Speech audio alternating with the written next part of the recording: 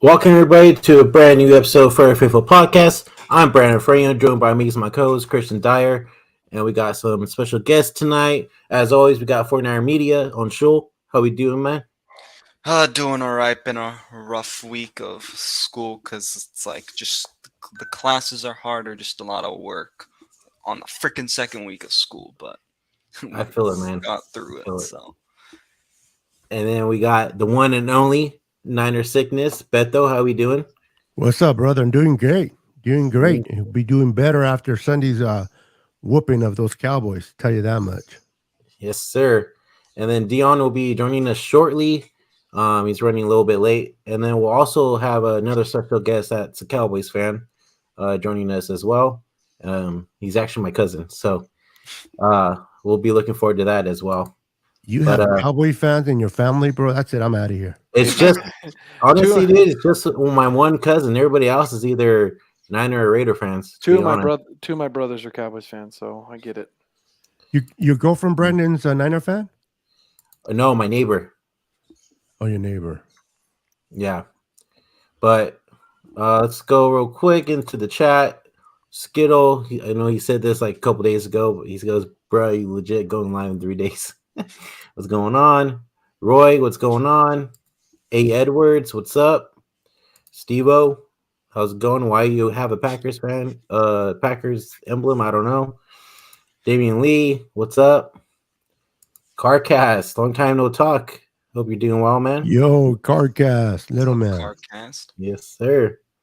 All right, Paul, how you doing? All right, guys, let's get it right into it. How you guys feeling going into the divisional round versus the Cowboys?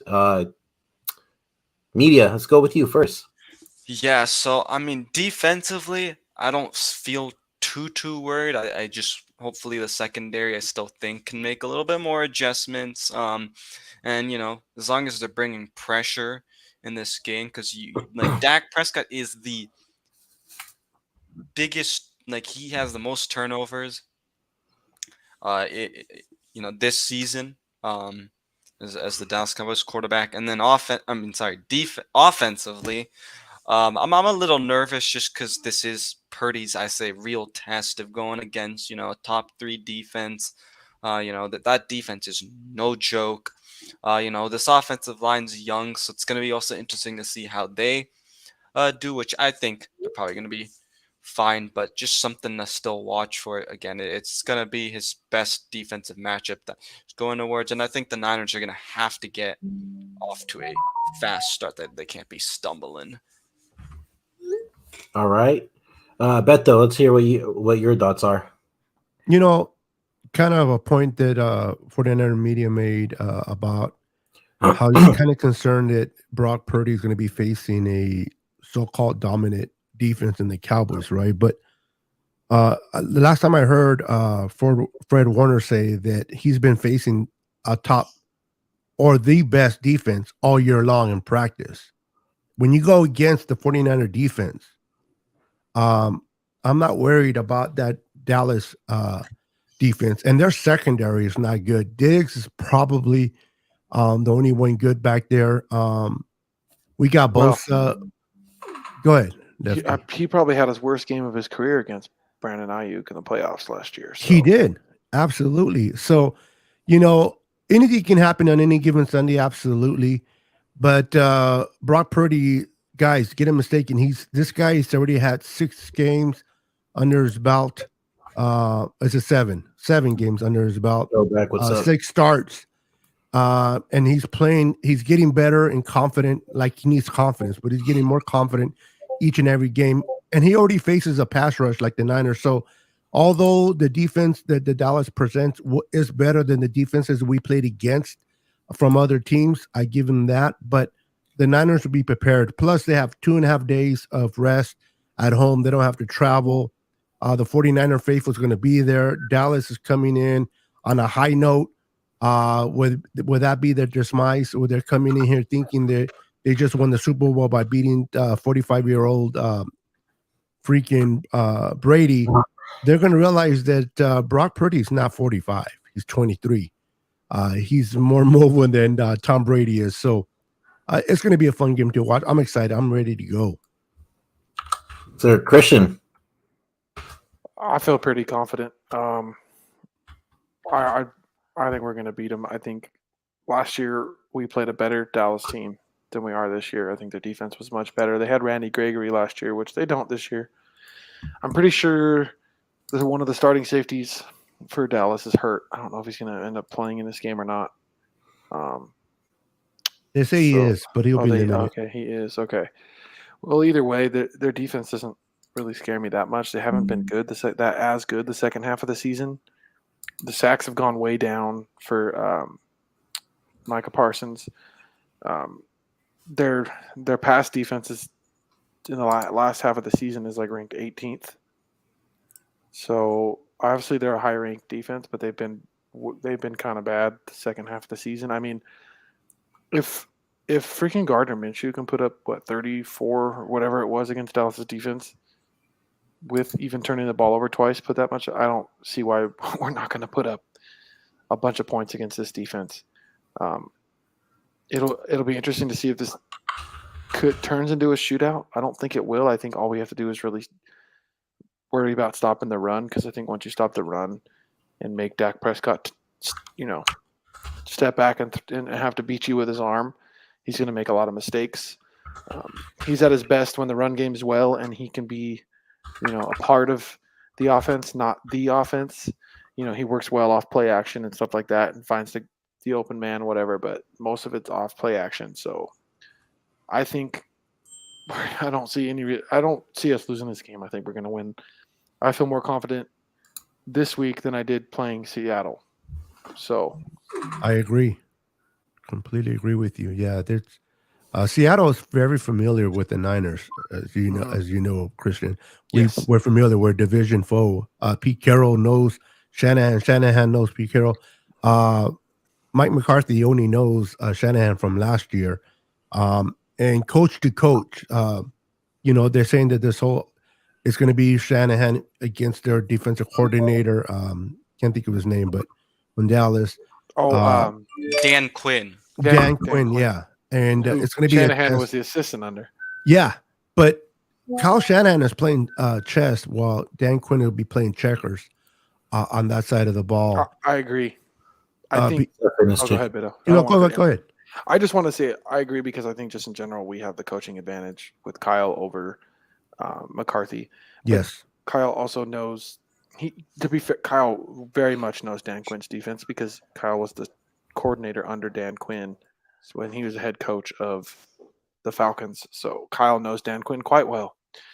And if there's anybody that can expose a defense when he knows a little bit about it, it's Kyle Shanahan.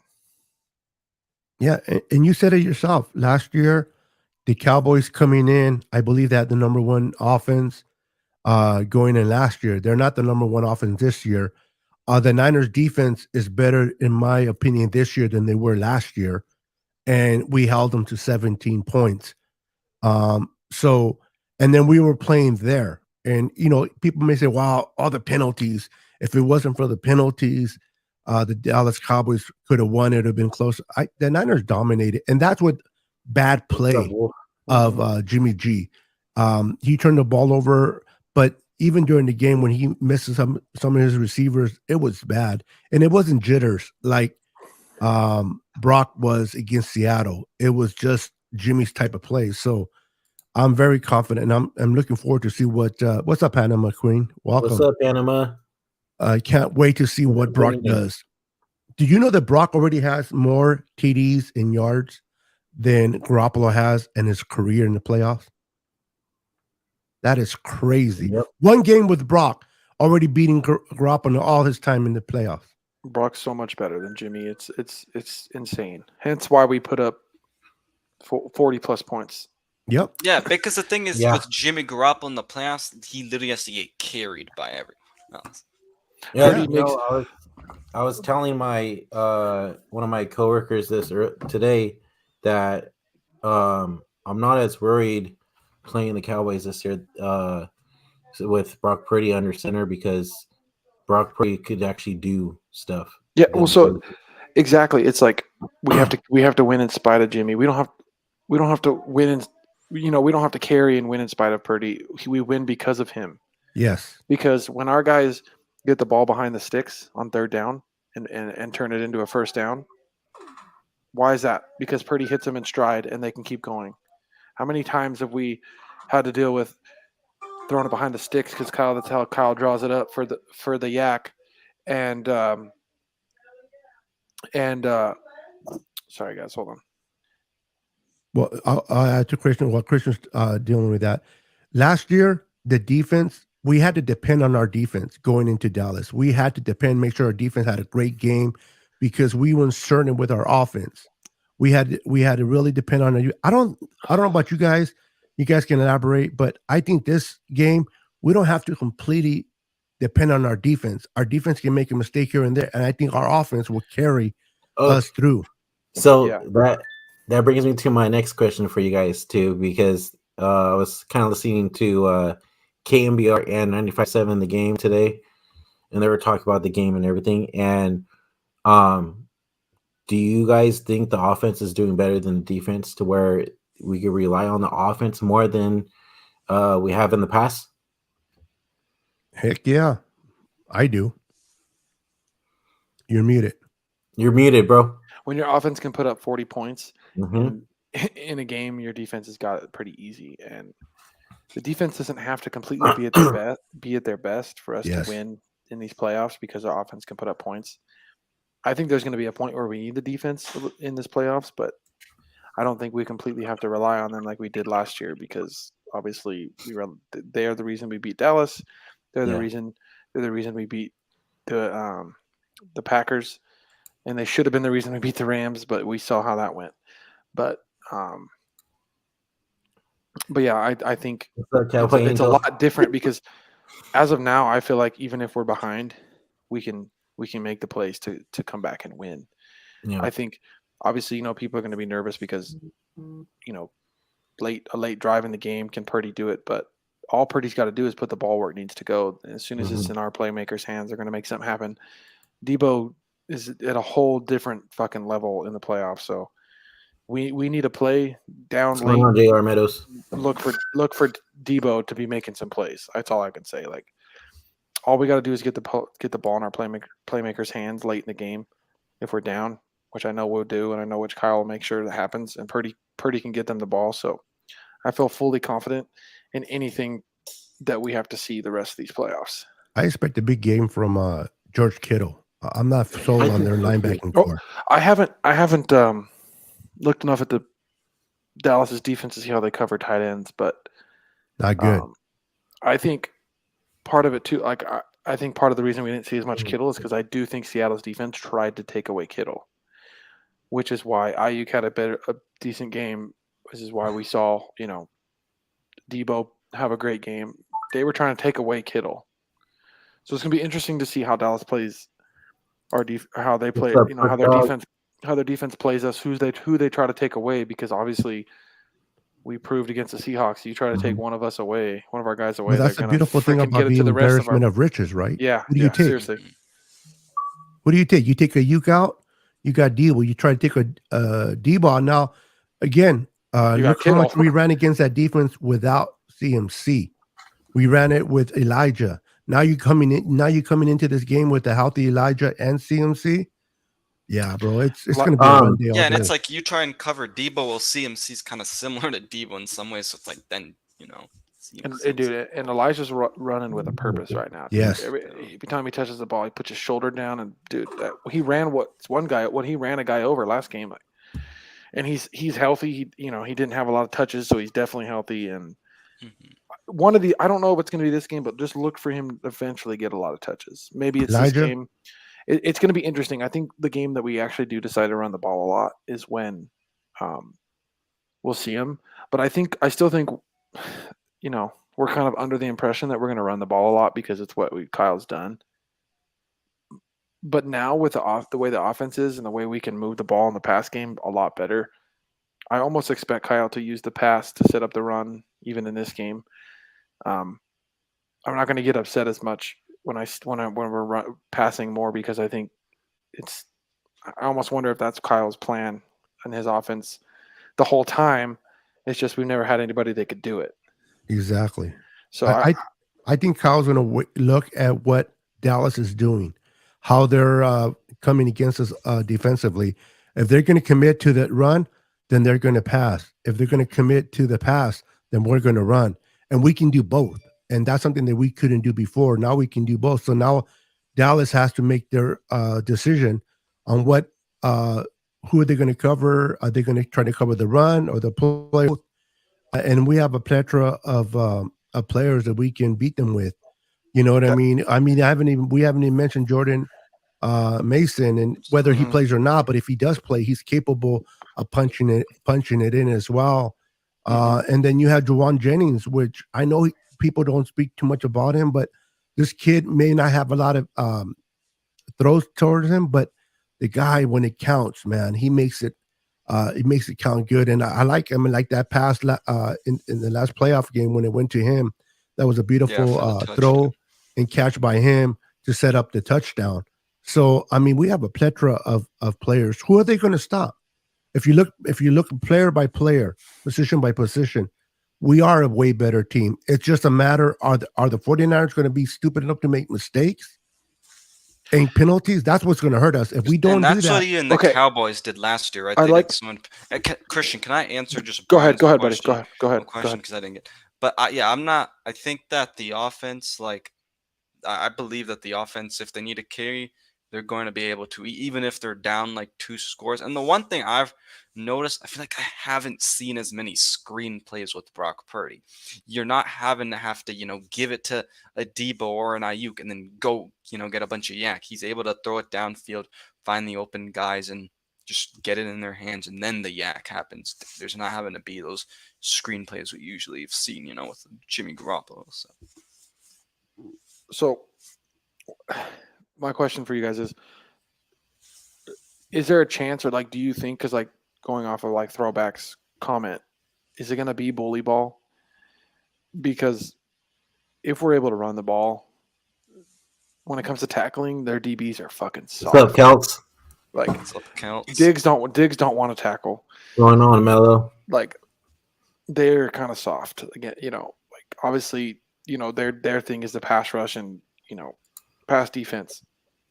I wouldn't be surprised if we do see some bully ball just because they're soft. Debo's gonna have a shit. Even just in general, Debo's gonna have a shit ton of yak because when he gets the ball and he's going against those DBs, they don't like to tackle. They don't really like to tackle. They're fucking soft. So yeah, I wouldn't be surprised if we're able to run the ball early. We just see bully ball from Kyle too. I know Kyle, if it's working, he'll stick with it. So. Oh, what's up, Bodecito, Joey? How you doing, mijo? So I definitely, I want to know what you guys think. What's up, Deon? Welcome. You guys think we're gonna have to? What's up, Deon? So do you guys think we're gonna have to? What's up, Deon? We're gonna have to shred them, pass, or we're gonna be bullied? What's more likely to happen? Once you get out of the fish tank, bro, we can answer your question. Yeah. Nah, just your internet was a little choppy at that. That's all. Mine? Yeah, bro, you broke up bad. Oh shit. Okay. So what I was saying is, Hello, Trucker was good. Do you guys think we're gonna win with bully ball? Or we're gonna have to beat them in the passing game?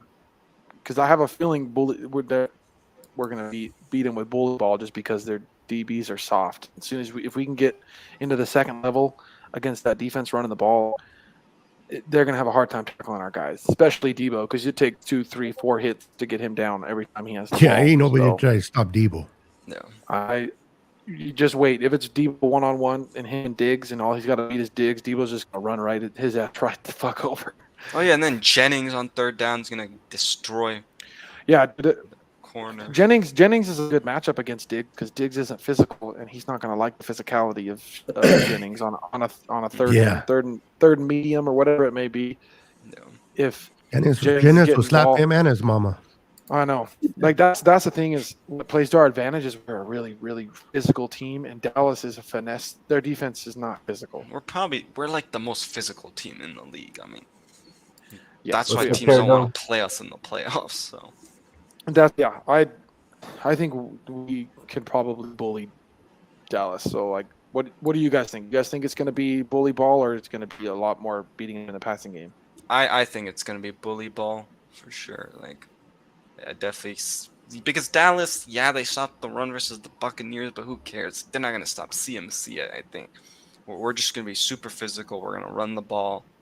I think a lot with CMC and also Elijah Mitchell. I think they should start off running the ball heavy, starting off the game, just to catch the Cowboys off guard, and plus their rush.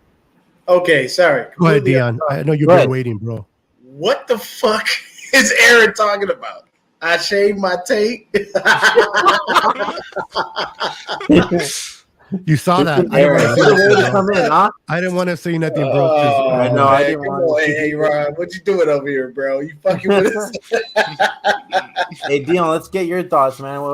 How you feeling and thinking going into this game?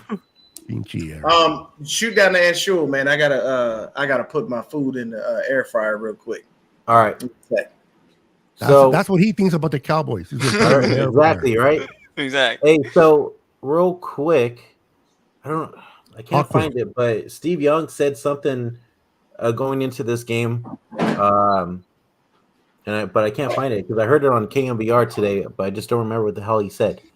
So I'm sorry, Steve Young on my shit list, man. He's too wishy-washy. He too wishy-washy with this quarterback situation, and I didn't like it. He was like, move forward with Trey. No, jump the Brock. Oh, no, Jimmy's everything. Keep him for 10 years. Like, nah, bro, you too.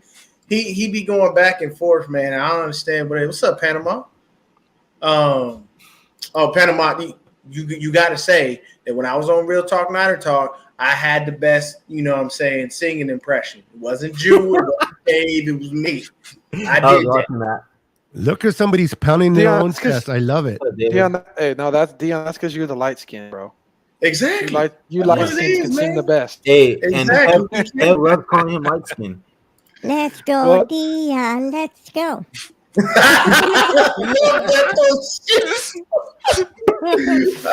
dude. That's why I love Beto, man. Just- Beto just was to say- hilarious, bro. I just had to say that because that's exactly what all the guys on Real Talk Niner Talk would tell Deon.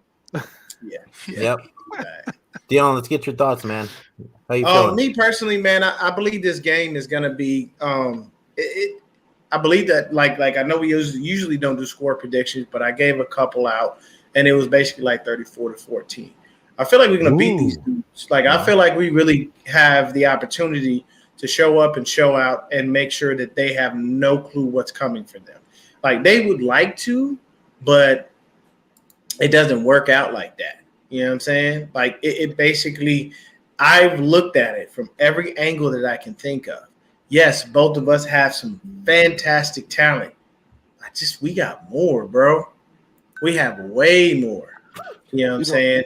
So it's just a situation where if you look at it from offensive line, they're playing musical chairs, moving their guys around due to injury.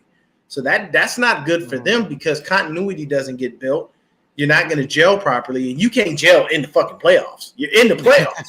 You need to know what the fuck you're doing. Yeah, good luck. So, yeah. That right there is a big advantage that we must take care of.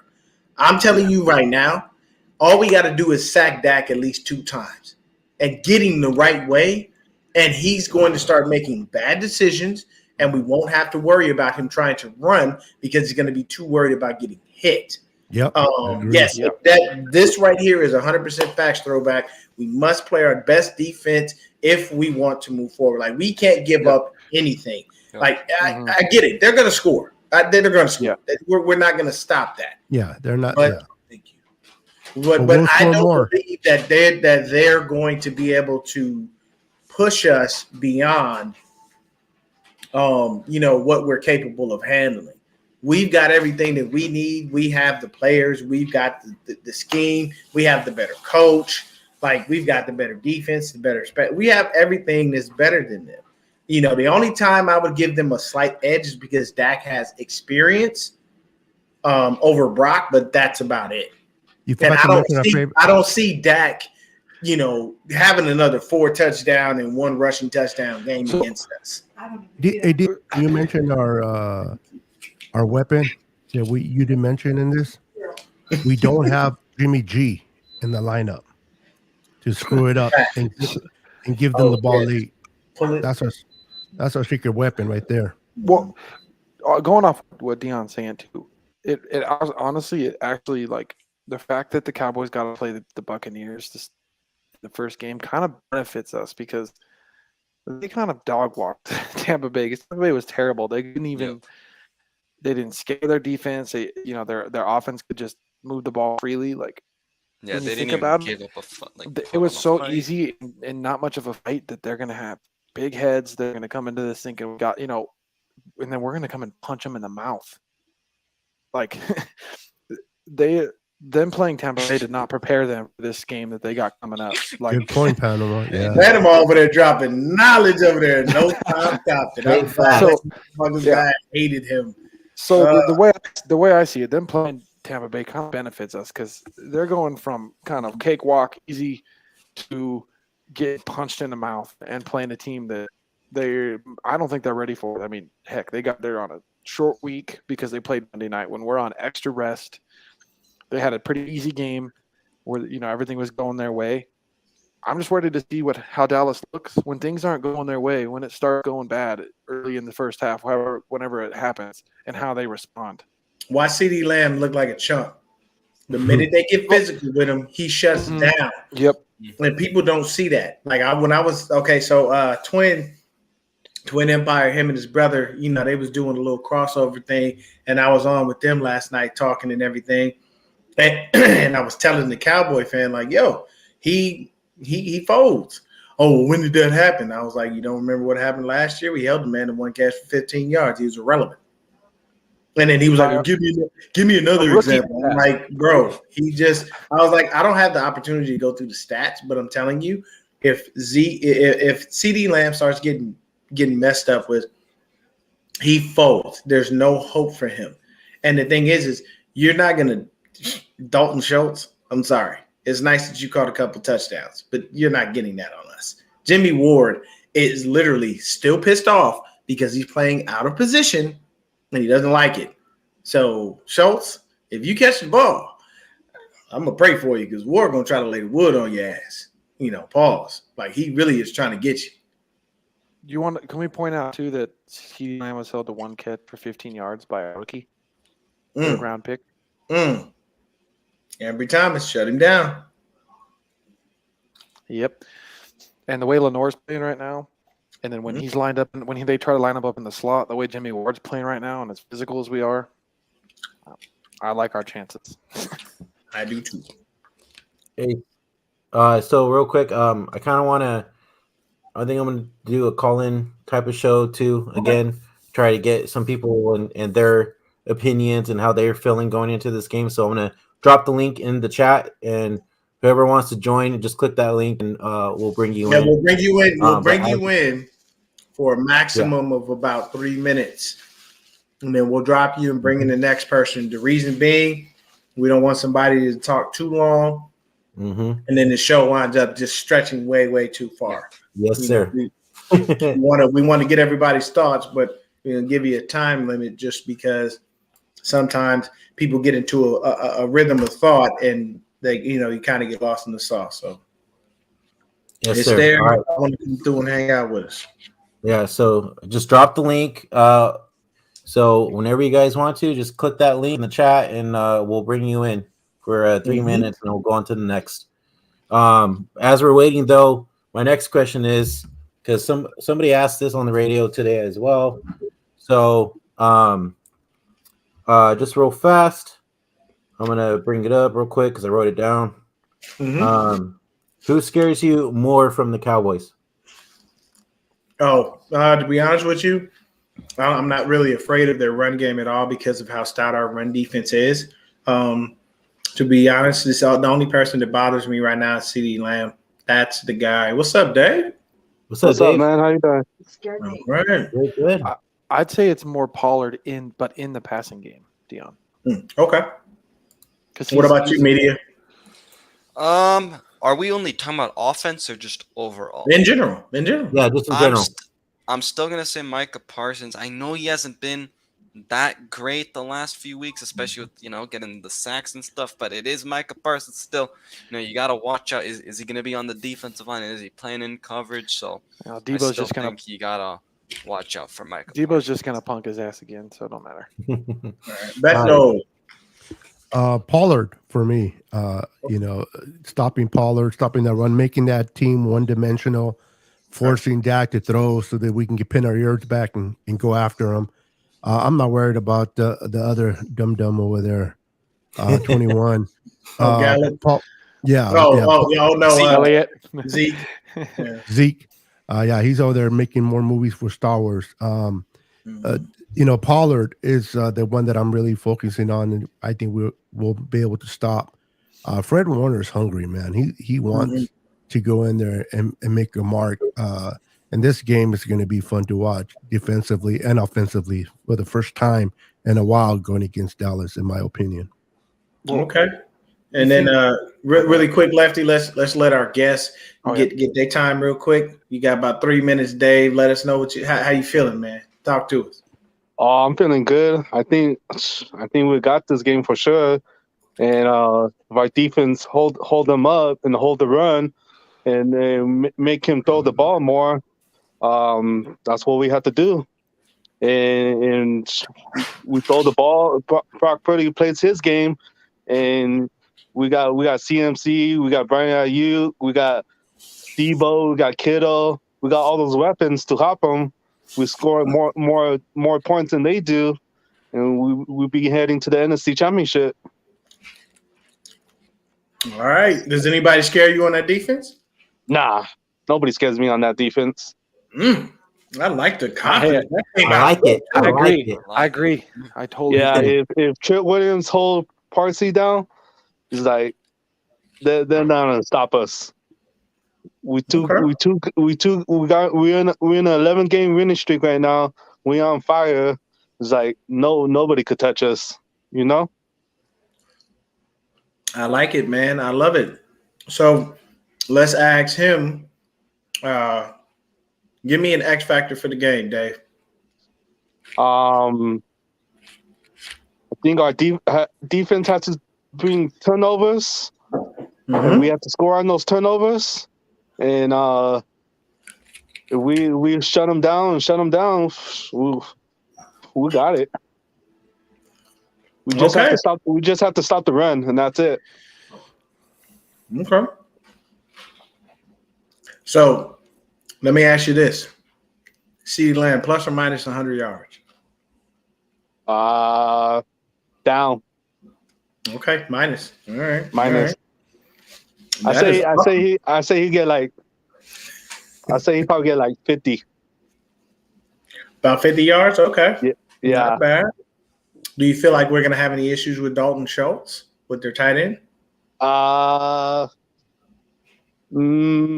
If we could shut them down, we got Brian Greenlaw and Fred Warner right there, and those two guys are beasts right there. Okay. I think we could shut them down. I say he probably get probably like 60. He'll have a touchdown. Okay. Yeah. When you think about what? That's about it. I agree with Christian. Yeah. Dave, look, man. Dave in here dropping dimes on y'all, boy. He came in overly confident, but I love every second of it. Feel the exact same way. Yeah, I got money on this game. There we go. There you go. There we go. I got bread. Yeah.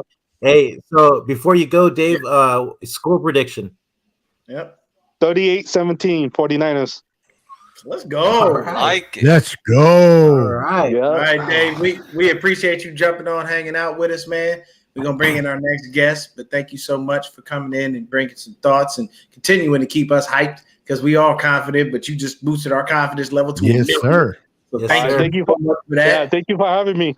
Of Yeah. course. Thanks for joining, man. All right. Appreciate it. All right. Yep. All right. Thank you. Yep. Dude, Brandon, now Yes. you got me scared, bro. We've been going 10 weeks now with no score predictions. Dude, you son of a bitch. Hey, We're supposed to Yeah, have bro. no I score ain't predictions on doing this We're those from podcast. our score guests, it's predictions okay. either, bro. Dude, if you do no more score predictions, okay? That's the one and only. No.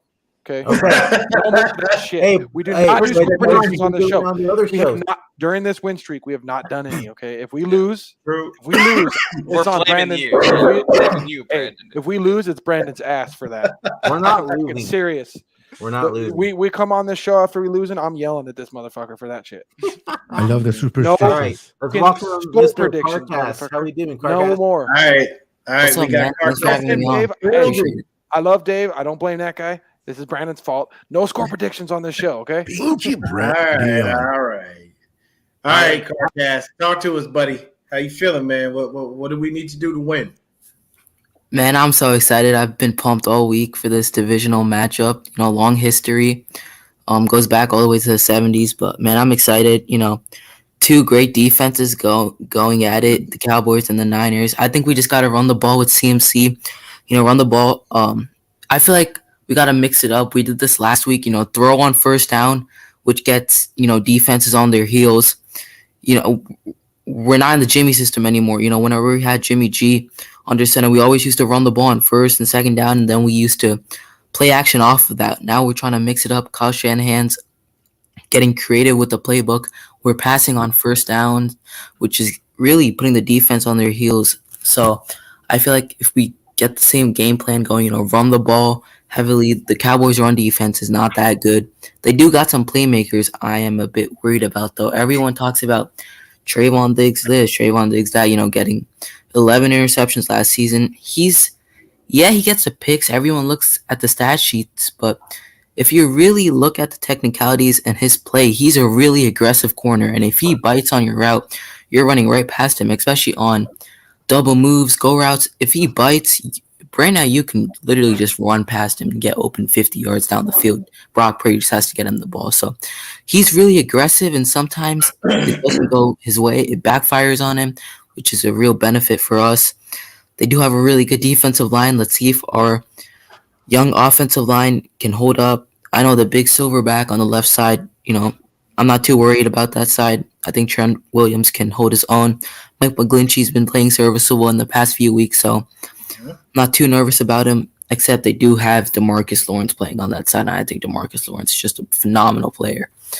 Then they got some guys in the middle, Neville Gallimore, Dorrance Armstrong. Their linebackers are pretty decent. They got Leighton Vander Esch, who I'm a big fan of. Yeah. We got to contain Micah Parsons, man. I feel like we should run at Micah Parsons, because if we run away from Micah Parsons, that guy's fast. He's going to chase you down. The Cowboys defense, they are not good against the run. So keep running at Micah Parsons. That's their playmaker on defense, man. That is their playmaker. So we got to keep him in check. So, so for the Niners to beat the Cowboys, I think we just got to run the ball, play action off of that, get creative, do some end arounds, quick screens to Christian McCaffrey, Deebo Samuel, get George Kittle rolling. And I heard you guys talking about CeeDee Lamb, right? I think CeeDee Lamb's a great wide receiver. Dak Prescott could get it to him, but man, he has 15 interceptions in the last 12 games. That leads the NFL. So, I mean, I don't know, man. This is tough. Home game for us. We get 2 extra days of rest. Cowboys are traveling a lot, so that's a downside for them. But I feel like CeeDee Lamb's at least getting 90 to 100 yards in this game. I think he's gonna have a pretty solid game. I mean, CeeDee Lamb, man, we're not gonna fully shut him down. That's the thing. We're not gonna fully shut him down. He's at least getting 100 yards, and I think Dalton Schultz is at least gonna have a touchdown in the red zone. But I feel like the Cowboys' biggest X factor in this game, honestly, is Tony Pollard, man. Man, it's he's gonna be such a huge factor for them in this game. Catching quick passes out of the backfield. Doing quick Texas routes. It's y'all yards after the catch from him, so we're gonna have to stop him. So I feel like, if we stop Tony Pollard, if we stop their offense, man, I feel like it's gonna be a good game. That's all I have to say. When it comes to stopping their offense and Pollard, what I would say is our best defense against their offense is our offense. If we score, we go 3 drives and score, and whether it's 17 points, whatever it may, 13 points. If we get up early, multiple scores, and that's going to take away their run game. Like, if we can take away their run game just by continuously scoring early, that's really, I would say, our best bet to beat Dallas and beat them handily is make them have to come from behind, make them have to throw the ball, because there's going to be a lot of more chances for interceptions. There's going to be a lot of missed throws for for the Cowboys. I think the only way Lamb, like you said, gets 100 yards is if it's a close game, if the Cowboys are actually able to use play action. If we're able to get to a point where Cowboys can't be using play action because it's not going to work, they're not going to beat us. Their offense solely relies on play action. It solely relied on play action. Dak Prescott's rookie year, where they were really good because they had the best run game in the NFL, and it still now relies on play action. Why did all those times he was throwing it to Dalton Schultz? It was off of what? Play action. Play action. Yep, I agree. Yeah, and their offensive line, man, it is not looking good past recent weeks. They have a lot of offensive line switches. Their left tackle Tyron Smith is playing on the right side. They got a new rookie in Tyler Smith playing on the left side. So Nick Bosa is gonna pick his sides there, and he's a rookie too, and he's not been playing well. Their center is pretty good in Connor McGovern, but I agree with what Christian said. I completely agree. CeeDee Lamb's, he's at least gonna hit 100 yards if this comes down to the wire. If the game is gonna be held close, I don't think he's gonna have a touchdown. I think Dalton Schultz is gonna have a touchdown, but we also got to key in on guys like Michael Gallup. I feel like that's Dak Prescott's number 2 guy. Like, if CeeDee Lamb gets double looks and double covered, I feel like Michael Gallup, he's going to be one-on-one with whoever's on his side, probably Diamador Lenore, and then, Dak Prescott could get it to him. So I feel like we got to be on all our checks in this game. Yeah, because Michael Gallup can make plays. Like, that's the one thing. Like, he's not a horrible receiver, but he's not top tier. He's like middle of the pack. But he can hurt you if you keep leaving him alone by himself. Every now and then he's gonna make a play, so you just have to be on top of it, mind your P's and Q's, and go from there. He's the scramble drill guy for Dallas. Yeah, that's who's gonna get the ball when Dak's scrambling. It's gonna probably go. I would say most likely gonna go to Gallup a lot when Dak gets out of the pocket. I would say, at least. Also, they also have T.Y. Hilton, who was kind of there as well last week. So gotta watch out him as well. That's a good point. All right, Carcast, we're gonna bring you out, and we're gonna bring Melissa in. Thank you. I appreciate the thoughts and the input, good brother. Always good to see you. Later, Carcast. Yeah, thank you for having me. See you guys later. Take care. Before you guys bring Issa saying, I just want to say, like, I'm not worried about the run game for Dallas. I think their run game's a shit show. Like, Kinlaw and Armstead are gonna eat Pollard, Zeke alive. So I'm not even worried about their run game. Yeah, I got you. I got you, Chris. They're coming. I'm looking into designs and whatnot, but they will be coming. And when they come, I will make sure you are the first one to know. I like that media is saying he's not worried about the run game, because without the run game, we're going to kick the shit out of the Cowboys. I'll tell you right now, if they can't run the ball, they're not winning this game. Nobody wants to admit this for Dallas's offense, and it's crazy it's not talked about more. But if Dallas cannot run the ball, they're not winning. They can't. Go back and watch the film against the Commanders. What did the Commanders do? They just ate up the run against Dallas. They did not let Dallas run the ball whatsoever, and they made Dak stand in the pocket and deliver the ball, and he threw freaking a pick six early in the game, and then they were just done from there because Dak easily gets in his head, because as soon as he starts messing up, he becomes somewhat of a basket case. Not to mention he's shadows sometimes because of the injuries he's taken in his career. So if we stop the run early, we're not losing this game. Yeah, I agree. I mean, the thing is, in the playoffs too, like, you have to be able to stop the run, but you also have to be able to run the ball. And so, if you're able to shut that down, like you said, Christian, like the passing game, like we said, Dak's been leading the league with the interceptions the past few weeks. So, well, so, we are going to go ahead. Go ahead and do it. I was just going to let you know, you guys could also ask questions to Yeah. whoever. So we're gonna bring Melissa in and let her get her rant off as far as how she feels about this game. We know she hates the Cowboys, but you know, What's up, Izzy? Hi guys. How's it going? How are all of did you you? just use your dog's tail to wave at us? Dog's paw. Oh, the ball. Paw. Just the tail. I was just confused. Like, And he- the ball? Uh-oh. We lost Nope, her. dropped out. She'll come back in. Yeah. See, But while we Talking wait about her for tail. who's your guys' X factor going into this game? I'm going with Brandon Ayuk. Okay. I think he's going to go off. I think Dallas has no idea what's coming for him. Brandon Ayuk on offense, and on defense. It's time for my boy to make a return. Huff. It's going down. Ooh, I like it. I like Okay, it. for All right. me, Huff coming to play. Yeah, Huff for gonna me- get the tackles and he getting them interceptions. For me, I think you guys are gonna like this, but my offensive X factor is Jawan motherfucking Jennings, third and That's my Jawan. dog. And then Yeah, I like it. sir. I my like it, media. defense, I like it. my defense is Tashawn Gibson, baby. Yeah, Gip been balling. Gip has I been love it. balling. I I love like those. Ooh, Beto. Let's keep the heat rolling. Let's go. Bro, Elijah Mitchell is gonna run like nobody's business Okay. on that offense. And defense, I expect Eric Armstead to have a freaking day, man. Ooh. Okay. You know what? We on the round table. Go ahead. Give us that offensive defensive X factor, Izzy. I'm gonna go Drake Greenlaw. Ooh, okay. I like it. Like it. We knew you were going Drake Greenlaw. Well, his sideline to sideline. That could be less obvious. Okay. Hey, I've been picking Greenlaw too. I could go Demo, but then that feels like cheating because like he had a Nah, big game last week.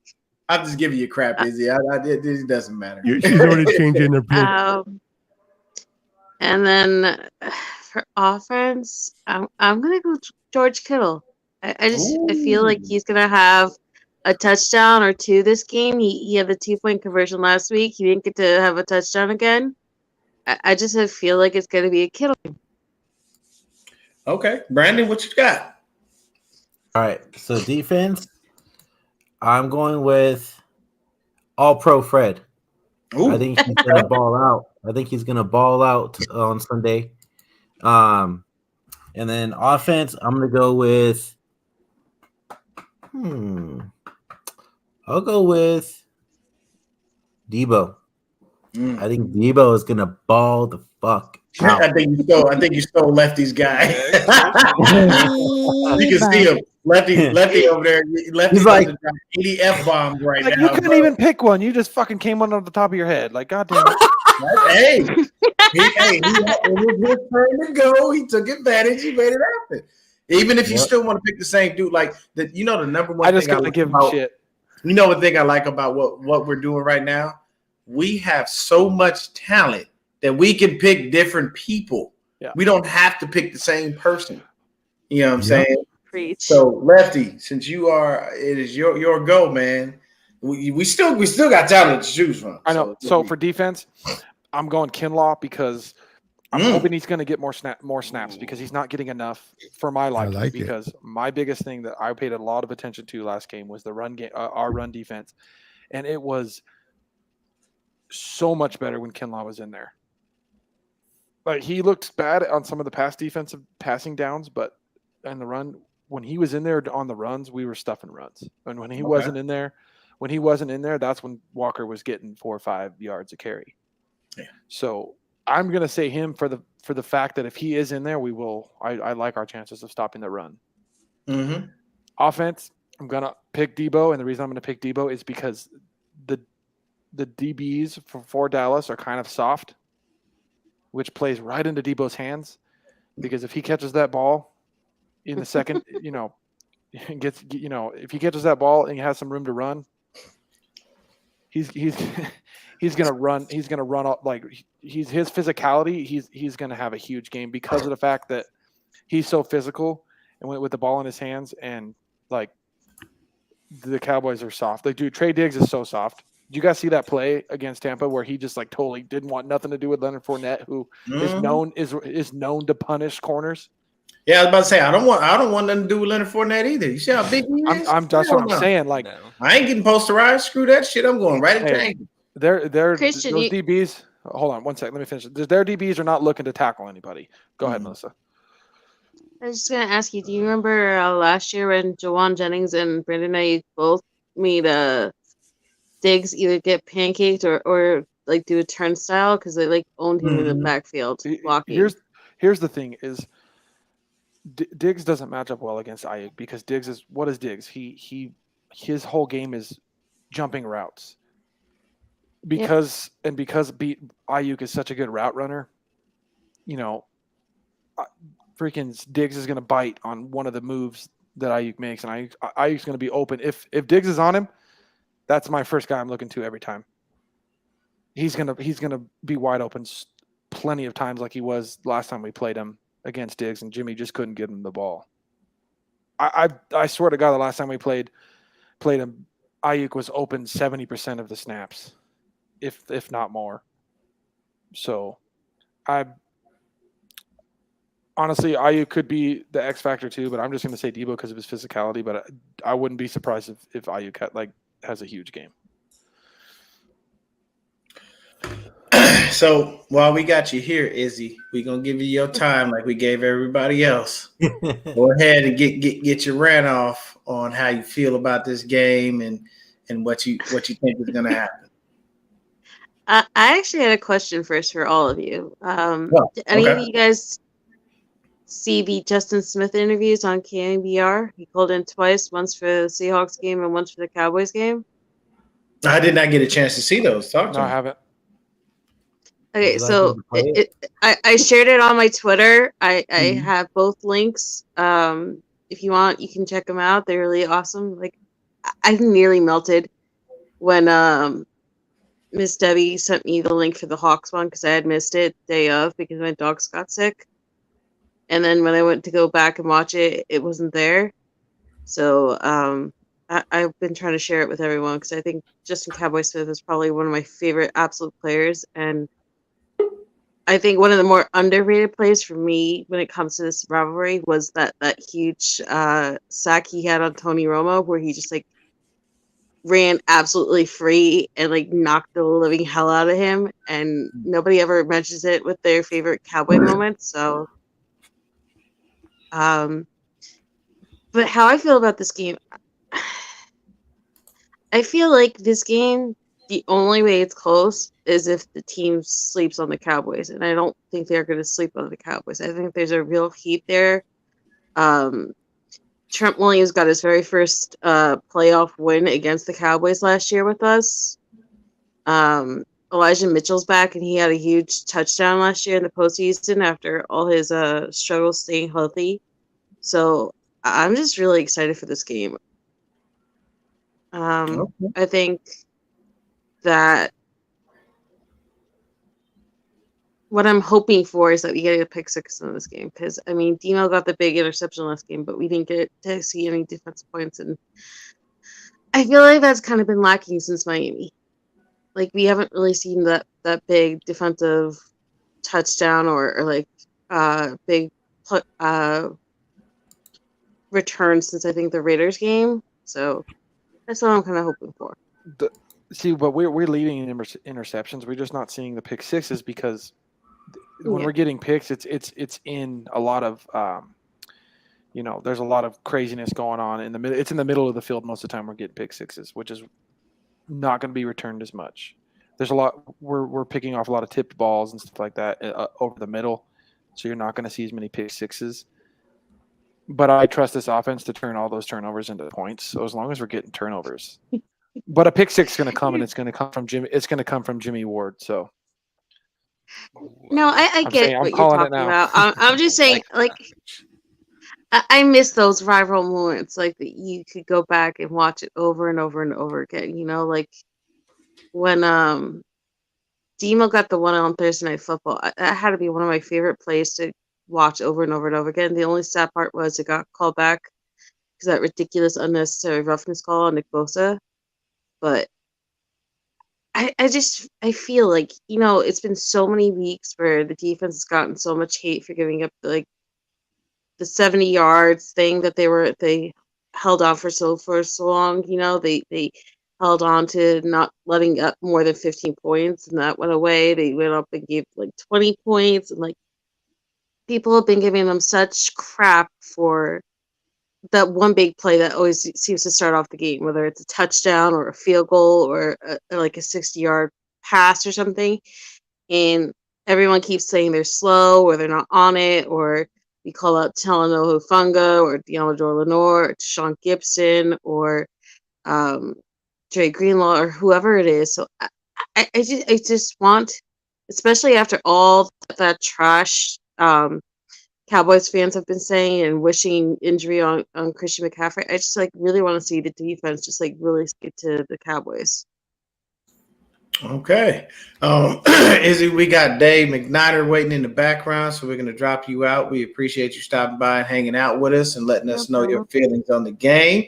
We're going to bring Dave in. When we bring Dave in, we'll listen to the Justin Smith thing. We're going to snatch it from Izzy's Twitter page, and she let me know. So we're going to bring Dave in. We're going to listen to that real quick and then get Dave's thoughts. All right. Dave, what's going on, bro? Oh, same old, same old. Got What's another good, Dave? game coming up. One game at a time. Yes, sir. Yes, sir. All right, I'm gonna throw this Justin Smith on real quick. Okay, you got it. Guys like that I've covered in my career. I knew he was good when he was in college. I knew he was good when he was in Cincinnati.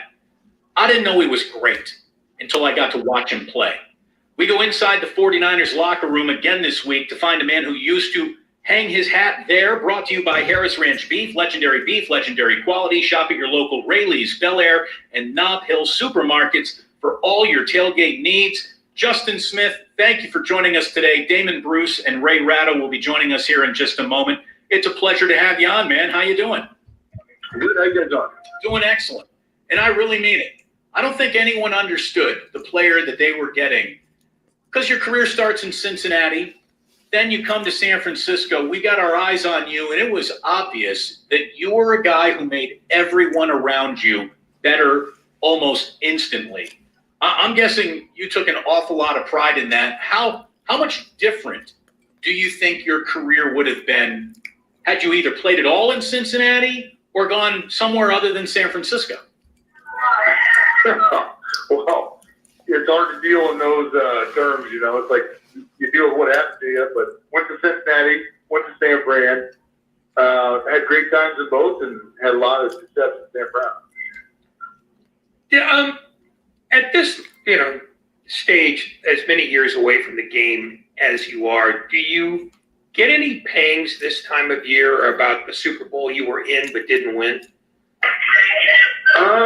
Yeah. I mean, obviously, without a doubt, wish we'd have won it and should have got it done, but here's what it is. Got to live with it, and man, really rooting for the guys to be able to push one across the finish line. You know, they've been back, and I think they can get it done this year, honestly.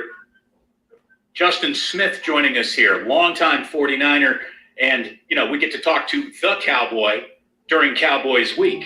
Going back to that 2012 season, as you were on the way to a Super Bowl, a quarterback change happened in your year. And, a little bit different than the change that brought about Brock Purdy, but it goes from Alex Smith to Colin Kaepernick. In relation to the situation that the Niners have been in this year, what can you tell us about dealing with a quarterback change and what it's like when your team really does have Super Bowl aspirations? It's got to be a huge hold your breath moment at one point. And then when you realize the next guy can play, then all of a sudden you start breathing a little bit easier. Everyone preaches, oh, we always have confidence in, but that can't be reality. No, it's always the next man up attitude, but that guy can play, and Purdy can play and get it done, and been enjoying him. He's got a hell of a defense to rest on. I think they got all the pieces in place to push it all the way, man. I mean, I think Nick is a once in a generational player, and anytime you have one of those guys that's filled in with all pros across the board, you have a shot. What makes Nick Bosa the best in this league right now in your own mind? Just besides what he brings to the table physically, just I don't know if it's his dad, his brother, how he dedicates to his craft.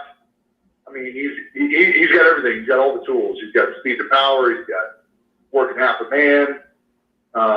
He can do it all. I mean, he's a complete player, and I think one of the big reasons they're going to get there. If it's Bengal.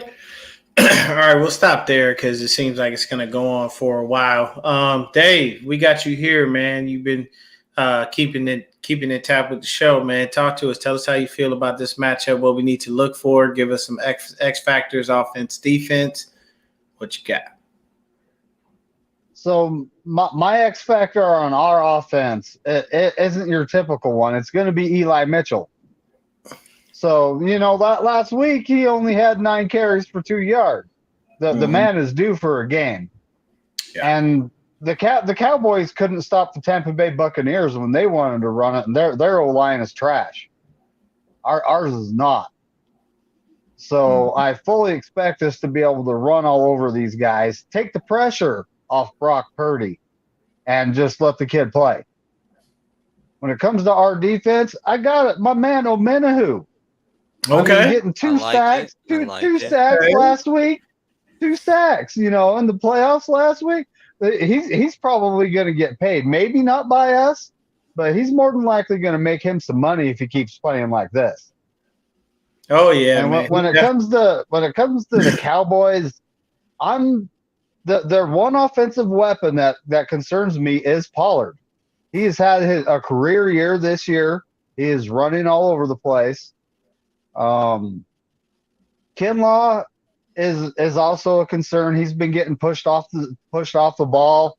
He hasn't looked like what he looked like before his knee became a big issue. I would like to see Givens in there more. He played well all year in Armstead and Kinslaw's absence. So let's get the kid back in there. Let's give him a chance. T.Y. McGill is playing pretty good too. So, Kinlaw should be straight up inside lineman number 4 right now. Okay. B-Dubs, drop that link back in the chat. Terra Dome, I know you watching. If you have the opportunity, come on and give us a sermon to close us out. Because I know you got something in store, man. Terra Dome come off the top of the dome with them sermons insanely, bro. It's crazy. But great points, Dave. That's awesome, man. You know what I'm saying? It's always great when we have these call-in shows because people always give us great things to think about. I'm sorry, man. The Omenahu pick was definitely one I completely neglected. Yep. And to be honest with you, I tell you right now, I gave – Banks, Burford, and Brindle, I called them the triple Bs. I got to figure out something for Armstead, Ayuk, and Omenahu because they got long-ass arms. These motherfuckers, their arms hang down to the ankles, so I got to find a name, I'm saying, maybe something in a foreign language that will refer to those dudes because all 3 of them have that in common. Wingspan is flat out ridiculous. Okay. He got it. He's at work. All right. But you know what? That's okay, Terra Dome. I'm doing the show Saturday morning, 8:30. Come on in. Come hang out with your boy. But I honestly don't see really a way that we can lose. I'm trying in my head. I've tried 50 different ways, man, to think of a way that the Cowboys can have an edge on us. And the only way they're going to win this game is if that makeshift offensive line they're playing with holds up and Dak is able to do what he did last week. But I just don't see it. Not against our pass rush. Well, Tampa Bay's defense is garbage juice too. So, yeah. It took the Niners defensive line some time to get going last week, but obviously that had to do with it being the 3rd time we played Seattle and them better preparing for us. If that defensive line gets going early, it's going to be over early. Because it wasn't over for Seattle until the second half because the defensive line started getting going in the second half. So it's going to be interesting to see how long it takes that defensive line to get going because once they get going, it's over. Yeah. What were you going to say, Brandon? I have a little video to show you guys that I saw yesterday from Kay Adams. I want to play it real quick. Go ahead. Oh, give me a sec. Oh yeah, that's Zach's woman. No K Adams. Right. He's gonna get upset. All right, here we go. I think we may be underreacting to some of the struggles their secondary has had of late. Over the past month, they've ranked, this is bad. They've ranked bottom 5 in pretty much every category when it comes to pass defense. And this is against Taylor Heineke, Carson Wentz, Jarrett Stidham. I mean, Geno Smith, David Blau is on this list, guys. Really. Their DBs have made plenty of plays all year, leading the league with over 20 interceptions. They have 21. Lately, they've been giving up their fair share too, okay? We saw it on Wild Card Weekend. Super Wild Card Weekend, sorry. DK Metcalf. And he's a beast, of course, and he's incredible. But he just tore through this unit. 133 yards and 2 touchdowns, including what you just saw. That was that 50-yard strike from Geno where I was like, oh, my gosh, the Seahawks have something here. They're not going to get swept by this team. And I'm not saying it's time to panic by any means. We're picking holes in like the team that I think has the easiest path to make it to the Super Bowl and win it. But if the Dak Prescott that we saw on Monday night shows up this weekend at Levi Stadium in Santa Clara, that against that, and this guy is, the one that put up 5 touchdowns, that Dak Prescott against what is a solid Bucs defense. I don't know. There's a world where the Cowboys could pull off a stunning upset here, and that would be the reason. And it might be up to Bosa and the boys up front to make sure Dak obviously doesn't have time to take advantage of what might be the only weak spot in what is an exceptionally tight Niners squad. So that's another thing I think we need to be keeping our eyes on, the pass defense, the secondary of late. Because Dak Prescott, granted, a different guy can show up. But if he's what he was Monday night, I'm worried. See, this is the reason why Kay Adams is not pretty, because she over here doubting us and trying to put us down, try to talk bad about our pass defense. Kay, you know something? You want to know something, Kay? We still won those games. Hey. We won every single one of them that you're talking about. So I don't care about your stupid little stats and all your little stuff you're talking about. I'm just bullshitting. But she had some very valid points. But she answered her own question when she mentioned Bosa and the boys are going to have to get it done. The pass rush, the pass rush has not been as good of late. Hence why, the DBs, the pass defense hasn't looked as good because we're not getting home as much as we were in the beginning of the season.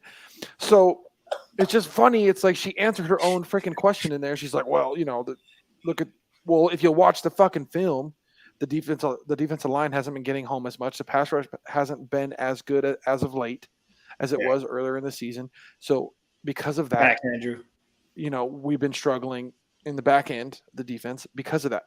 Perfect example, the play she just showed of the 50-yard touchdown, the pass rush didn't get there. Mooney was like, okay, well, where the fuck's the pass rush? It should be there by now because that's how it's been. He looked back, where the fuck's the ball? What's going on? I've been covering for this long. The ball's still not here. Well, then he looks back and then, you know what I mean? That's, I think, what happened. So he should be on the ground by now. So he looks back to see where the ball is and then gets burnt because the fucking defensive line didn't get to Smith, which they should have on that play. So what I'll tell you is I was watching who was I watching? I was watching somebody. I can't remember who it was. But on that play, what happened with Mooney after watching it several times, he thought it was like a comeback or a hitch. That's why he looked back. And if you see him looking, he's looking back, but he's got inside leverage. And then when he does that, for just that split second, it slows your momentum. DK keeps going, and then the ball is delivered. So he thought it was a different route versus not having to go straight. So that's kind of what happened with him. What was it? Bashar, he went right in. He was like, she got ugly real quick. Hey, the chat gonna get lit up, man. Zach gonna be on our ass. He gonna be like, y'all like being part of the hive? You better shut your mouths. I get she's making those points, but there's also answers to those questions. That's what I mean. Like, because she answered her own question when she mentioned Bosa and the defensive line, because it all starts with them. Yeah. Our defense is good because our defensive line is good, because we get to the quarterback a lot. We pressure him a lot. You know what I mean? Yeah, with backups, man, this is my thing. With backups, our defensive line should be eating. Those guys are not ready. They have not played together. They don't know what each other is doing. I expect, honestly, I'm going to tell you right now, I expect at least like 3 or 4 false starts in this game from that Cowboys offensive line. Okay. But Bosa had probably his worst game of the year against Seattle. He did. I mean, he had no pressure. To be fair, he had no pressure. I mean, let's be honest, though. The reason we got that sack fumble by Mohamed Almenahu is because of Bosa, so we can give him that. Yeah. But by Bosa, he creates pressure even when he doesn't, because he's sucking up several blockers. Exactly. By Bosa's standards, though, he probably had one of his worst games. I do not expect that same performance from Bosa this week. Look for Bosa to be an absolute fucking menace. Bosa's gonna come back and be like, absolute shoot, I did not in this game. I can tell you, I'm gonna tell you right now. You know what's gonna happen with Nick Bosa? Bosa's going to go, oh, yeah, y'all thought, oh, y'all saying I suck? Y'all saying I didn't create no pressure? He's going to take it the same way he did when Kyle Shanahan talking shit, and he's going to turn that into a game. Dave, we got No Border Sports in here, so we're going to drop you out and bring him in. We appreciate your thoughts and your time. You are fantastic. I'll see you on the round check on Monday, baby. Victory Monday. All right, guys. Go Niners. Go Niners. Go Niners, baby. All right. We bringing in No Border Sports. What's good with you? What? What's going on, Ryan? Ryan in the house. Hey, feel bad you kicked him out. Before we get to Ryan, Beto, I'm gonna need a couple of words of wisdom from you, brother. You've been a little quiet there. I know why, but go ahead and give us. I'm words. just, I went to another level on my own over here. Okay, Beto's floating right now. He ain't on cloud 9. Beto on cloud 10. It kicked in like it hit me from the boo boo. Nobody knows this bro. I had to put the glasses on. Hey, nobody knows this rivalry like Beto, though, so I'm waiting. Nah. Hey, you got to think about it. So, Beto, what? Beto, you wait a minute. I'm 41, Beto. Are you older or younger? I'm 53, going on 54. Okay, so Beto's got a couple years on me, and he's seen this rivalry from Staubach all the way through Aikman up till now. So, Beto, drop some knowledge on us about this rivalry. And then we're going to kick it over to Ryan, man, because I know Ryan got some shit. And, Ryan on he on that too. Ryan, you know what I'm saying? Cooking. Ryan on that, he on that, yes, sir. Yeah. I still see the beard, though. I thought it was shaved. What? No, not Ryan. Isn't that that's what I heard? Or did I misread? No. It might have been someone else that you read that shaved the beard. Oh, okay. Ryan, that's a signature for him. I was gonna say that's what I thought. I'm like, what? I can't do that till I see my daughter. There you go. There you go. Watching, my first game ever at the stick was the catch by Dwight Clark when the whole Cowboy Niners started, and the rivalry actually started from that point on. Every year, it didn't matter who we faced. It didn't matter who we played in the regular season. It was just about we were playing the Cowboys in postseason, and the Super Bowl wasn't even the Super Bowl. It was the NFC Championship game, because we all knew that whoever won that game was going to win it easily. And it's always been great battles back and forth. I've seen a lot of great battle, linebacking to the secondary, to the pass rush, with Haley being part of the Niners and the Haley going to the Cowboys, and then Ken Norton Jr. being a Cowboy and then coming to the Niners. And then you have Deion Sanders, winning a trip with us and then going to the Cowboys. All those players back and forth just intensify that rivalry. But we're starting to see a new rivalry going on with the Niners and Cowboys. Playing Cowboys last year, now playing the this year. The Niners are a good team. The Cowboys are a good team. And I see these teams facing each other more often than not. But if I can say one thing, what I'm looking forward is this quarterback and Dak Prescott is a good quarterback, and you can't sleep on him. But if you put pressure on him, if, like Christian said earlier, if he hears footsteps around him, he gets nervous. And if he gets nervous, he tends to distribute that ball quickly out, and that'll benefit that can benefit Jimmy Ward, that can benefit Gibson, our guys in the back end. I expect Bosa to have a great game in this game. I expect Bosa to really redeem himself from last game. He wasn't, to his standards, he was embarrassed. He didn't do much. And I expect him to be different. Remember last year, we lost Bosa by the halftime, and we didn't have him for the second half. With a concussion. We keep a healthy Bosa this Sunday. I'm telling you, with this defense and now having an opponent offense, they can move the ball with all the weapons that we have. If you thought we should have ran away with it last year, we're going to run away with this year. The only way the Niners can lose, in my opinion, is if they just shit the bed. If they shit the bed, too many penalties, or turn the ball over late, that is an issue that we're going to encounter. But if we don't do that, we play Niner football, this game is not going to be close. I don't see this game being close. I know it's 3.5 point favors, but this is a 2-digit win easily. Went up to 4. Yeah. Hey, that's awesome right there, man. Beto was dropping jewels like a motherfucker. I love it, man. And the beauty of getting this information from a Niner fan who's older than us is they've seen everything. Like they've watched the antithesis of our rise and even our downfall and our rise again, everything.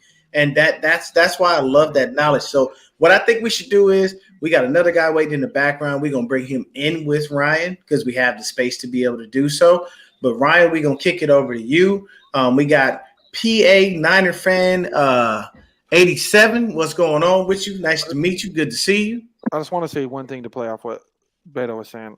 About okay, go ahead. With the footsteps with Dak. The one thing people are not really mentioning when it comes to how well Dak played last week, dude, he had so much time he could fucking do his taxes before he threw the ball against Tampa Bay. He said do his taxes and get the return.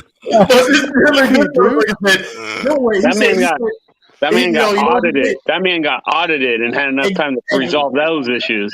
Exactly. That motherfucker. Look, he said, come to the playoffs and don't do your taxes. But Ryan, man, you are here. It's good to see you, brother. Always good to hang out with you, man. Kick us some game. Kick us some knowledge about this, man, because we in here on a high right now.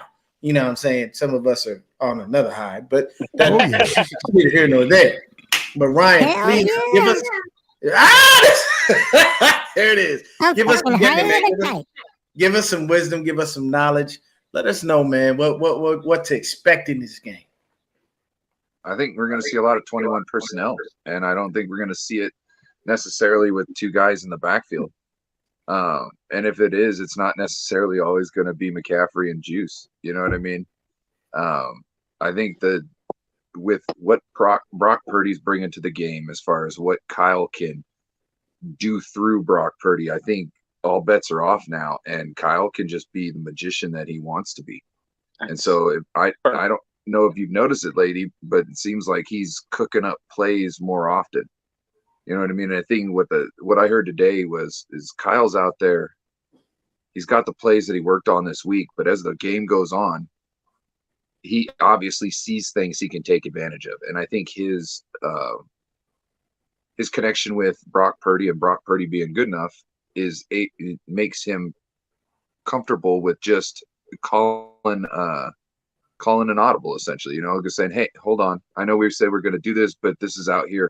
I need you to do this. And he knows I just got to call it in there. Dude's going to go, oh, that's great. That's smart because this is what I'm seeing. So that's a great play for right now.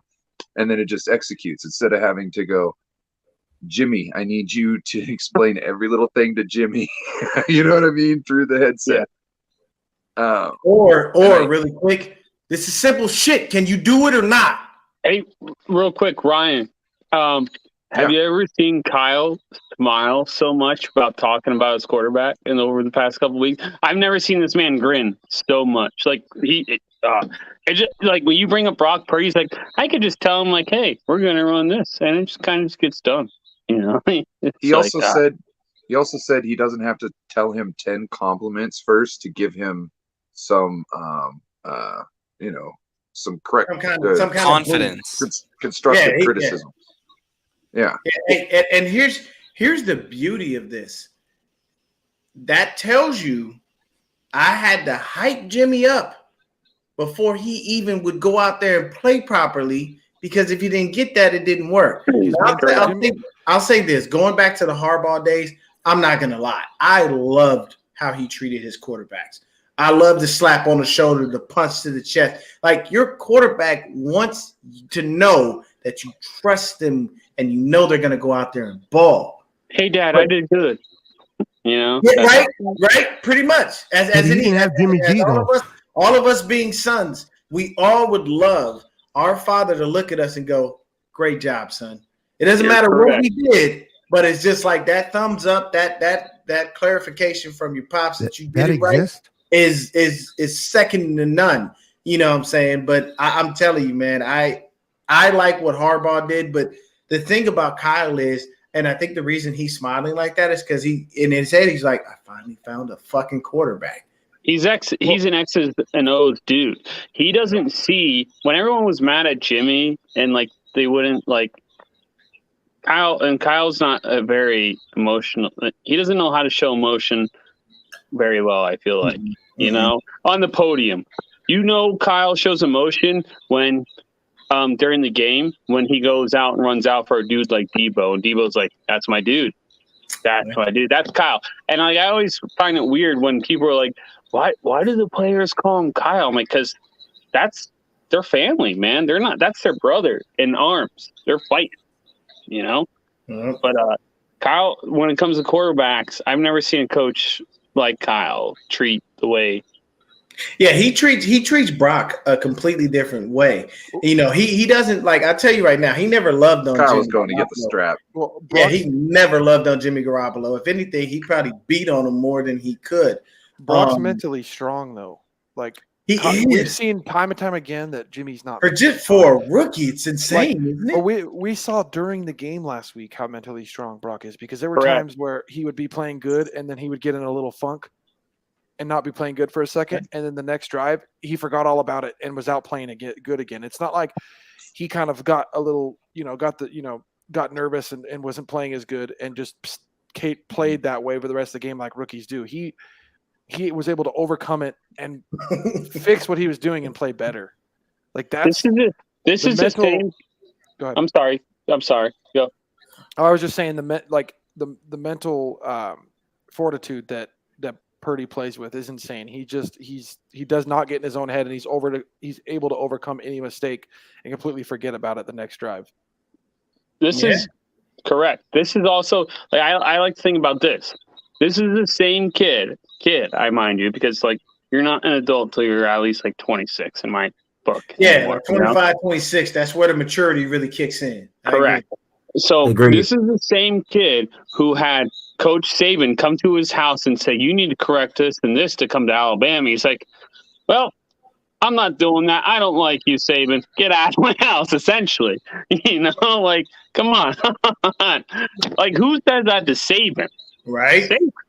You know, like if he went, okay, just quick question, hypothetical, right? Yeah. If Purdy went to Bama as a backup, he probably would have been seen like, okay, he's got this talent. Do you think he would have been drafted earlier in the draft? Of course. And Niners would have ended up with him? Yep. Yeah, because the thing is good though. He would, he probably. You're correct, Brian. His development is going to be lacking because he wouldn't have had the playing time. See, here's the issue with going to a big school. Your Floridas, your Alabamas, your LSUs, your Utahs, your Oregons, any of those big name schools already have a bunch of talent sitting ready and waiting. I know Just because I'll give you the best example. Anybody ever see Matt Castle play it down in college? But he got drafted. He got He went drafted. to Division He One. went to where? He went to SC. He went the Division One JUCO route. But that's what I'm saying. Like it makes it's easier when you're at those schools to get noticed, and at the same time, they got the plug with the NFL. So the NFL is gonna call, and at that time, who was the head coach? Pete Carroll. They're gonna call, Pete, what's up with this guy? Is he any good? Yeah. All right. This is Bill. Yeah. Oh, okay. You know what? Purdy. That gum in my motherfucking ear, man. I'm asking you a goddamn question. I can't, dude. That dude can fucking get it. I'm sorry. I'm telling you right now, his jaw is probably immaculate. I bet you his wife loves it. Gators, as many times. Alligators are jealous of that pressure he could put down on that jaw. Hey, real quick, talking about Brock Purdy. If you guys didn't know this, John Lynch actually mentioned this on KMBR the other day that they were actually looking at Brock Purdy in last year's draft, but he wanted to stay for his junior year and finish college. That's awesome. Okay. Yeah. So what I was going to say, by Purdy going to Iowa State, what he learned by being there for 4 years and choosing that over Alabama, which he had to offer to, by being a starter for 4 years, he learned how to read a defense, and he learned how to be a leader. A legitimate leader, and that's what we see. Like when Ayuk doesn't freaking how did finish he learn? How did he learn to be a leader? What caused him to learn to be a leader? 4-year starter. 4-year starter. Well, he got to see a lot. He got to see a lot. I think you guys. So everyone here watched all the games this weekend, I assume. You guys remember watching that Miami Buffalo game? Mm-hmm. And like you were watching, so you're like I never played like high level football, but I'm watching this game. I'm like, yo, get the play up, and it's just like we burned 2 timeouts over kind of dumb stuff, which I see Brock Purdy kind of not do that type of stuff, even though that guy, I forget his name already, the Miami backup was drafted before Purdy. Skylar Thompson. Say again? Skylar Thompson. Skylar Thompson. He threw kind of a pretty ball. If not everything was dropped that day, he might have won that game. But still, like when it came down to it, you didn't feel like he could get it done. Even during that Raider game for Purdy, I'm like, he got the ball in his hand. I'm like, I'm not that nervous. I'm like, he's gonna get us down there. As long as Gold gets it done this time, I think we're good. I've never felt this way about like a Niner QB in a long time, I should say. All the penalties and delays in Miami was why? Because the ball, they got the play called in and the quarterback couldn't execute it out fast enough to his offense. And it reminded me of the Harbaugh days where the freaking always having to call timeouts for unless we get delayed. But Brock Purdy is able to process much quicker, much faster. And he understands this offense. He understands exactly what Kyle wants to do. So when the call comes in, he automatically already is able to give it out to his offense and execute the way Kyle. That's why Kyle's always smiling ear to ear, because Jimmy was an idiot. Jimmy didn't know how to do that. And Brock does, man. So, but those delays were like, I was so pissed. Yeah, no, I watched that game, and I can tell you this. It's insane how, even with all that crap, that game was actually competitive. I didn't expect that from the Dolphins. I expected them to fall flat on their face. Yeah, I thought it was going to be a blowout. Yeah. What were they? 2 first downs away from – they were only down by 2, right? They were 2 first downs away from kicking a field goal to take the lead. And, like, you still felt watching that game, you're like they might only be 2 first downs, but, like, they were, like, a mile away compared to, like, what we got in our pocket. Like you think, any play we could go 25 yards, 30 yards. It's like. So I gotta say this real quick. A big fuck you to those jackasses that wished an injury on Christian McCaffrey. Yeah. You don't wish injury on people. You don't do that. You don't want like we if an injury happens during the process of the game, it's football. It's gonna happen. But you can kiss all of my black ass with wishing an injury on Christian McCaffrey. You know what's going to happen? It's going to backfire on your ass. And one of their players. And that could be one of your key guys, and you don't want that. If a CD Lamb were to go down, that's detrimental. If Tony Pollard goes down, that's detrimental. What happens if Dak goes down? That's detrimental to your offense. Don't think Cooper Rush is finna come in after sitting on that fucking bench and play this defense and go off. Not gonna happen. So And you it's don't fun to lose watch injuries. Cardinals play. They can't put up as many points with Cooper Rush as they do with Dak. Yeah, You know he what I mean? actually, So- hey, he does that. The one thing I give it is when he's on fire, he's on fire. He's in fuego, man. Like he's not playing. But how often does that happen? The run game has to be going for play action. Everything Dak does is off the play action. It's been that since he was a rookie. Yeah. The reason he put up those numbers as a rookie is that run game was so good. Every time he did play action, boom, dude, somebody's wide open. Hey, Wide never open. mind. Never mind. They had one of the best go home now. offensive lines put together I've ever witnessed. Too Oh yeah, during dude, that that time offensive line was insane. was disgusting. Mm-hmm. So here's the other thing. Like, no matter how good Dak is in that offense, right? They still have to keep up with the Niners offense. Like, this is the first year we could say, okay, we're deadly on defense and offense in a long time. Like, let's say we slip up in the offense. Well, you still got to keep up, man, because we can hang 14 in a quarter very quick, you know? So that takes the run game almost out of it without the defense even being involved, is what I'm trying to say, I guess, you know? No, So- you're making total sense with that. Yeah. Or one thing we haven't mentioned, we had an almost 10-minute drive to start the third quarter. Like, that was huge. And that's the beauty of it. That's the easiest thing you think can do. about it. And Kyle loves those drives. The defense He had truthfully 20 does. altogether between halftime and then that drive. The defense had 25 minutes of rest before they went on that field. Yeah. Like, I mean, if you think about it, that's basically like not even playing a whole fucking half. Like, that's a lot less on your body because of all of the maintenance you have to do after a hard-fought game. But I'm telling you, man, I'm looking at this game. Hey, what's going on, Yafi? First time here. Hit that like and subscribe button, man. Definitely appreciate you hanging out with us. I see it real quick. I see it being a 2-score game, man. Niners favor. Mm-hmm. I see us hanging. I was talking about this earlier. I see us hanging 35-40, and they floating around that mid-20 range, that 20 to 25 range. See, he's got it. He's already got it going. And I can tell you from looking at the weapons that the Cowboys have, they've got some formidable guys. You got Dak, you got Schultz, you got CD, you got Gallup, you got your Tony Pollard. I don't mention Zeke because he does not matter. And that's only because he made himself irrelevant. There's nothing we can do about that. You need to get on the field and start producing and living up to that contract that you got.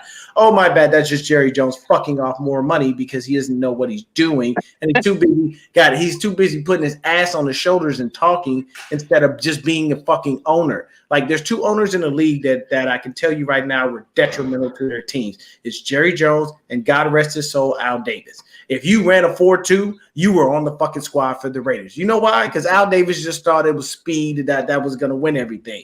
But no, speed doesn't win everything. Because you could run fast. Usain Bolt was the fastest man on the planet at one time. You really think he can get out there and play wide receiver? I don't think so. Real quick. Not going to happen.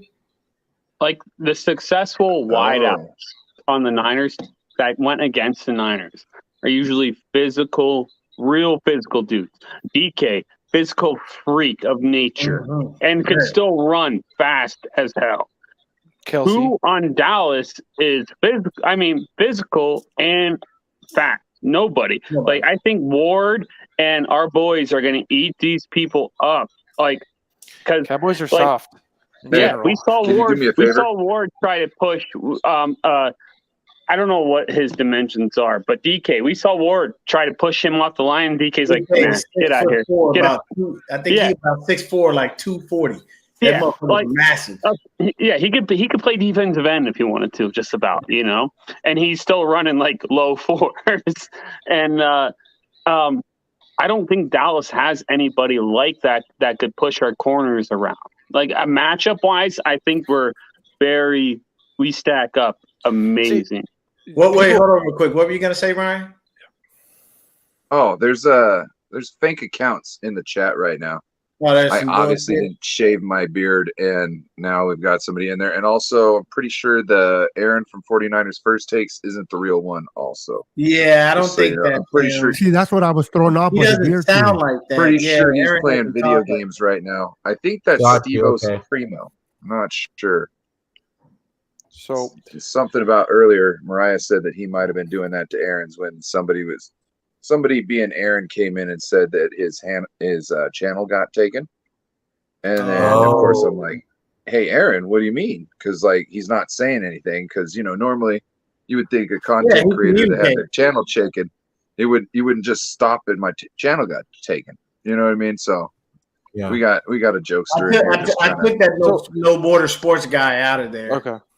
So, Yeah. So I'd like to say that this game, the Dallas we're going to see is more like the Dallas that was against Washington than against Tampa Bay. Even though a lot of the sports media people think they're like, oh yeah, we're going to see the Dallas that was against Tampa Bay, when more likely we're going to see the Dallas against Washington. Washington obviously matches up well against Dallas because what is Washington? They're fucking physical on defense. They're physical on offense too. That team's physical. They manhandled the Cowboys offense. That defense did. That's exactly what Dallas is just about to find out. That, especially for the fact that they played such a soft ass team like Tampa Bay. They're gonna get punched in the mouth with our physicality, and it's gonna. I didn't think they looked that good playing against that Tampa Bay team. As I was watching, everybody's like, "Oh, Dak had a great game," and I was looking at like, yeah, they put up points, but like the eye test, I was like, how are they? Tampa Bay's defense wasn't that good. Yeah. Everybody keeps saying they're like a top defense. I'm like, dude, they're old as shit. You know what's funny? Like, how many people actually brought up that the Niners played them 3 weeks before, and like they weren't even a team? 30. What was it? 38-7? 35-7. 35-7. You know what? So I love hearing this argument. Oh, the Niners haven't played anybody for the past 11 weeks to get that 11-game win streak. Oh, but Dallas played so well against Tampa. Who did we play in that 11-game win streak? Please tell me. Oh, Tampa Bay was in there. They were in a football team apparently back then. I guess I don't know.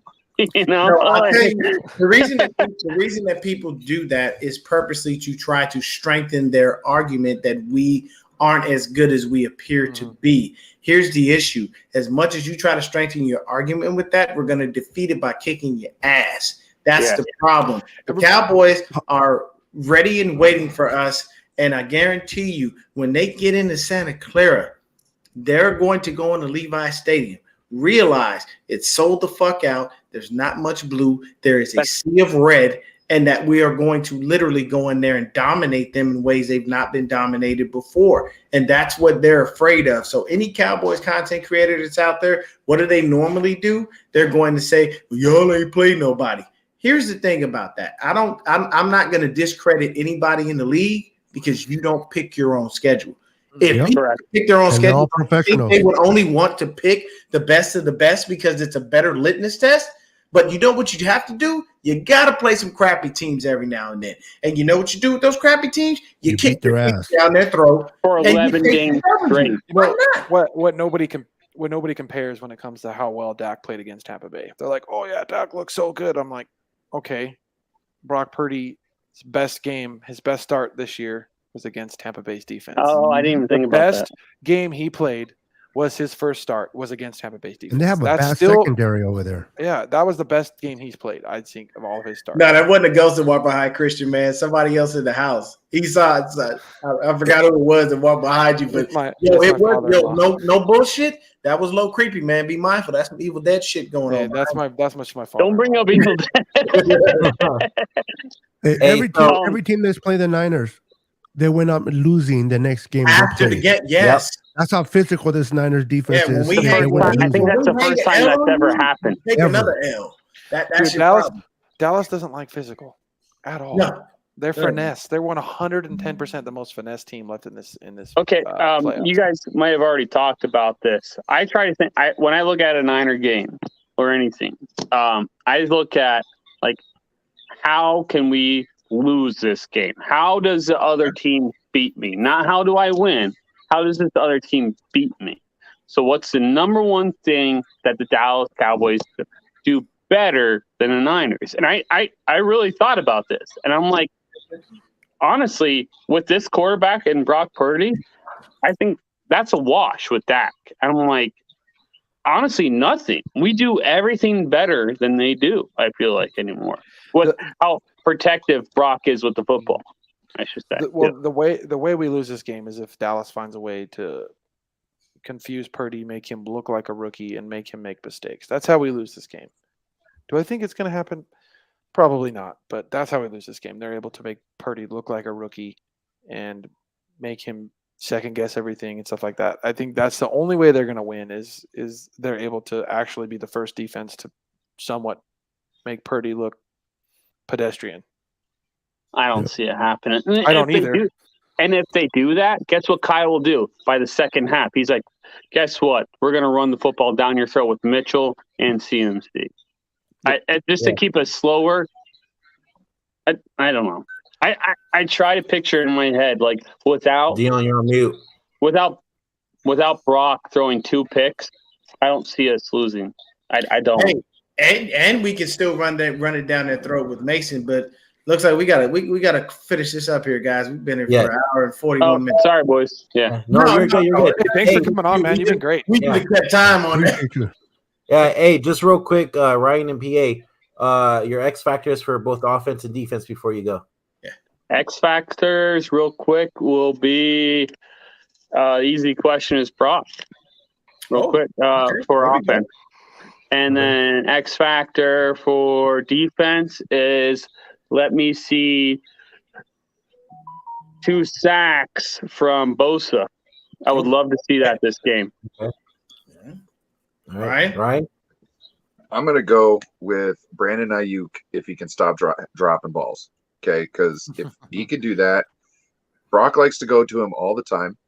And you know what I mean? Like he's gonna eat if he can just bring those in. I mean, it would just add probably 50 to 60, maybe even 70 yards on his game. I'm just saying. And for defense, I'm gonna go with the linebackers. I don't know specifically which one, but I think they're gonna be tested with these wide receivers and such in this game. And I think that's really where, if we're really staying strong, we could throw a wrench in their game.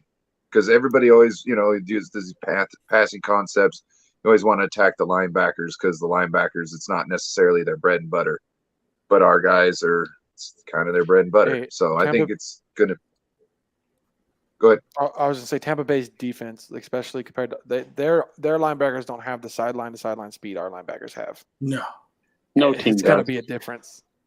Yeah. No, I'll say this to Ryan's point.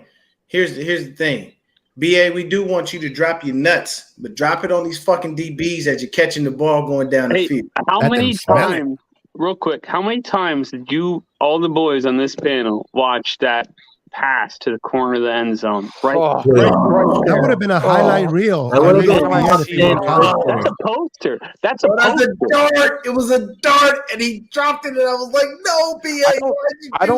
I don't think he expected it. Okay, no, that's what I think. That's the best explanation. He's like, no way he thought that pass was coming in like a Randy Johnson fastball to the corner of that end zone. Hey, look, I don't care what nobody says. I love Randy Johnson. He's one of the greatest pitchers ever. That man destroyed a bird with a fucking baseball. That was insanity.